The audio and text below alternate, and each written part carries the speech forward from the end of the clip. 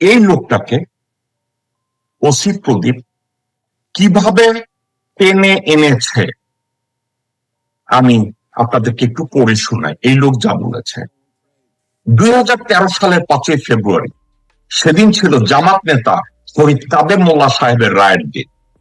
রায় পরবর্তী দুপুর 2টায় তৎকালীন ওসি পাঁচলাইশ থানার কুখ্যাত প্রদীপ কুমার দাস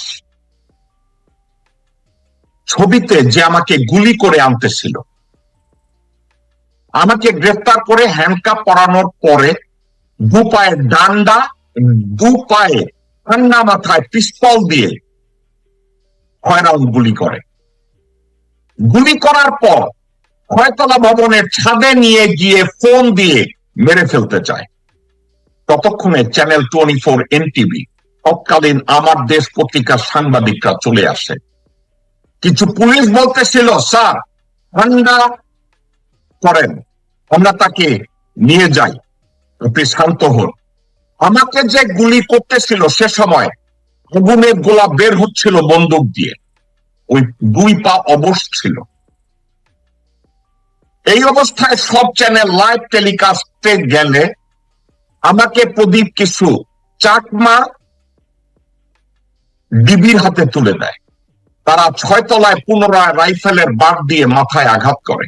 তখন মাথা ফেটে আমার নাক মুখ বেয়ে রক্ত ঝরছিল। ওই রক্তাক্ত শরীরে তারা আমাকে লাঠির আঘাতে, বন্দুকের আঘাত ও লাঠি মেরে উল্টিয়ে উল্টিয়ে নিচে নিয়ে আসে। নিচে আনার পরে ওসি প্রদীপ আবার রক্তাক্ত অবস্থায় ধরে থানায় নিয়ে যাচ্ছিল এবং যখন থানায় নিয়ে যাচ্ছিল এই ছবিটাই।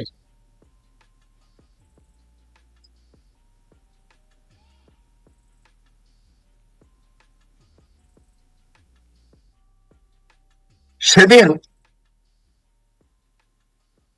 থানায় নিয়ে 30 মিনিট আমার উপরে ওসি প্রদীপ অকথ্য নির্যাতন চালায়।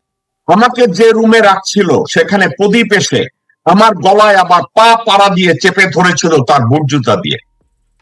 এমন ভাবে পাড়া দিচ্ছিল যেন আমার রক্ত তখন টাইলসে পড়ে পুরা ফ্লোর ভিজে গেছিল। পরবর্তীতে মেডিকেলে নিয়ে যায়, লাইন হতে পুলিশ এসে আমাকে মাঝখানে চিকিৎসা করায়, তারপর অসংখ্য মিথ্যা মামলা দিয়ে জেলে পুরে এখনো গুলির ক্ষত যন্ত্রণা নিয়ে আমি বেঁচে আছি।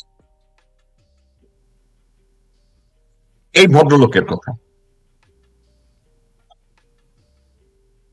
এবং এই ওসি প্রদীপ, ওই এরিয়ার বহু মুসলমান মেয়েদেরকে বলছে, তুই নামাজ পড়, তারপর তোকে আমি ভোগ করব। ধর্ষণ করার পরে ওসি প্রদীপ তাদেরকে বলতো, তুই এখন নফল নামাজ পড়।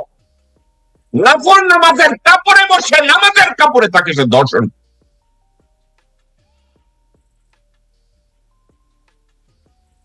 ওসি প্রদীপের মেজর সিনহা হত্যা মামলায় তার ফাঁসি হয়েছে। যখন তার এই বিচার কার্য হয়, বিক্রম স্বামী, হর্ষবর্ধন শ্রীংলা, তারেক সিদ্দিকী এবং স্বয়ং হাসিনা শেখ এবং পুলিশের আইজি শহীদুল হক এবং বেনজির এই মামলাটাকে ভিন খাতে প্রবাহিত করে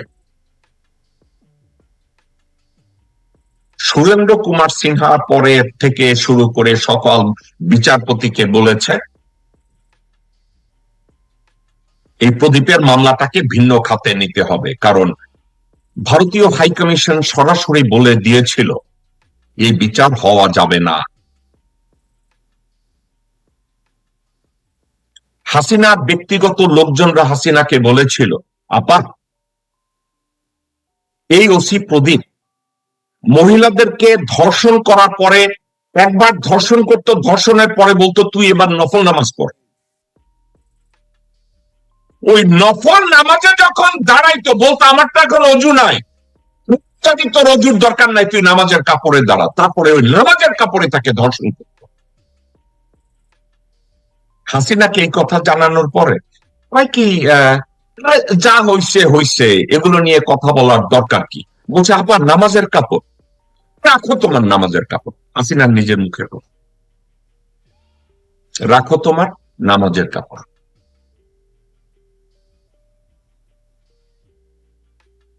এই ওসি প্রদীপ এবং এস আলম, তাদের সাথে ছিল লটকালটকি সম্পর্ক। আপনাদের মনে আছে ওসি প্রদীপ রাশেদ সিনহার মার্ডারের পরে এক ডিআইজি কে কল করেছিল যে স্যার এই রিটায়ার্ড একজন এভাবে হইছে, এই হইছে।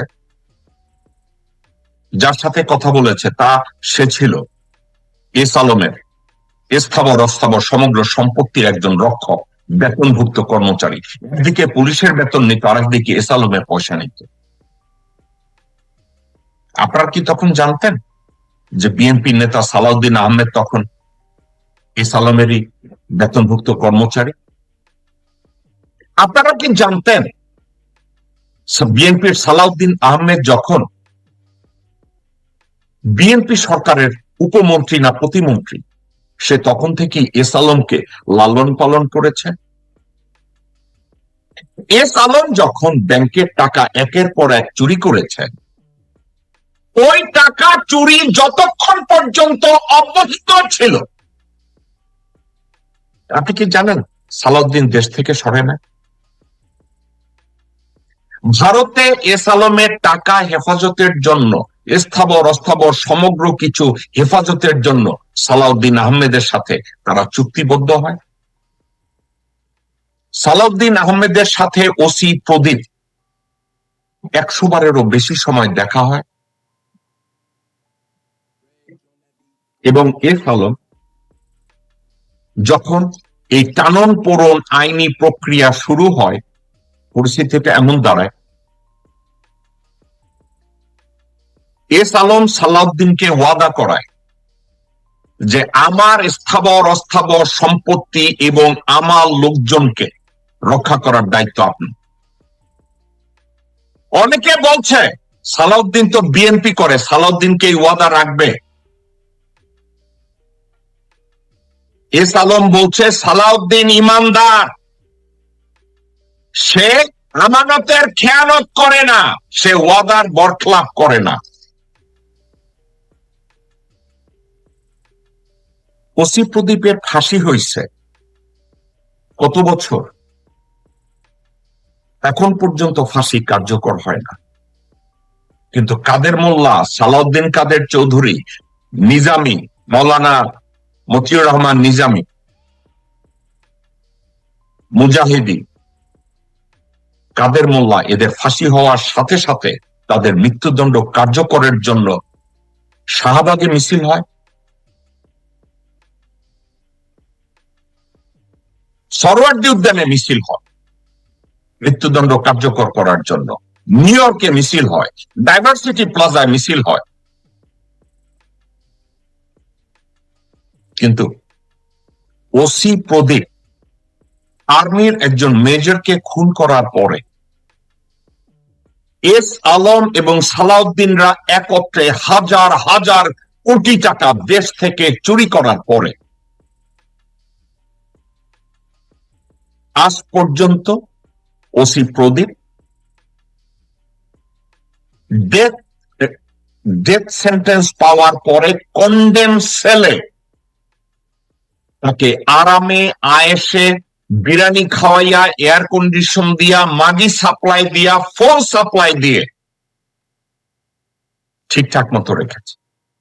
ওসি প্রদীপ হাজত থেকে তার স্ত্রী, পুত্র, কন্যা, ভাই, উকিল, সালাউদ্দিন সবার সাথে কথা বলে। এখন আওয়ামী কুকুর যারা হাজতে আছে, ইনক্লুডিং সালমান রহমান, আনিসুল হক, অন্যান্য লোকজন, তারা যদি এয়ার কন্ডিশন পায়, প্রদীপ চিন্তা করে আমি পাবো না কেন? কারণ আমরা তো একটা দেশেরই দাবেদারি করেছি, আমরা তো একটা দেশেরই কল্যাণ কামনা করেছি, আমরা তো এক দেশ করেছি, এবং ওই দেশটা কোন দেশ না, ভারত। তাহলে সালমান রহমান ভারতের সেবা কইরা যদি এয়ার কন্ডিশন পায়, আনিসুল হক যদি সেবা করে এয়ার কন্ডিশন পায়, আমি কেন পাবো না? সালাউদ্দিন আহমেদ ইমানদার, সালাউদ্দিন আহমেদ ওয়াদার বরখলাপ করে না, সালাউদ্দিন আহমেদ কথা দিলে কথা রাখে। তাহলে অসীম প্রদীপের মৃত্যুদণ্ড হবে কি করে? সালাউদ্দিনের এক ডাকে শেষবাজার চিরগং হয়ে যায়। সালাউদ্দিনের ডাকে বিএনপির লোকজনরা সালাউদ্দিন দেখতে এত সুন্দর, মেয়েরা সালাউদ্দিনের কোলে তুলে দেয়, মেয়েরা সালাউদ্দিনের কোলে তুলে দেয়। সালাউদ্দিনের বউ কালা, সালাউদ্দিনের বউ কালা হইলে অসুবিধা কি? বেগম জিয়া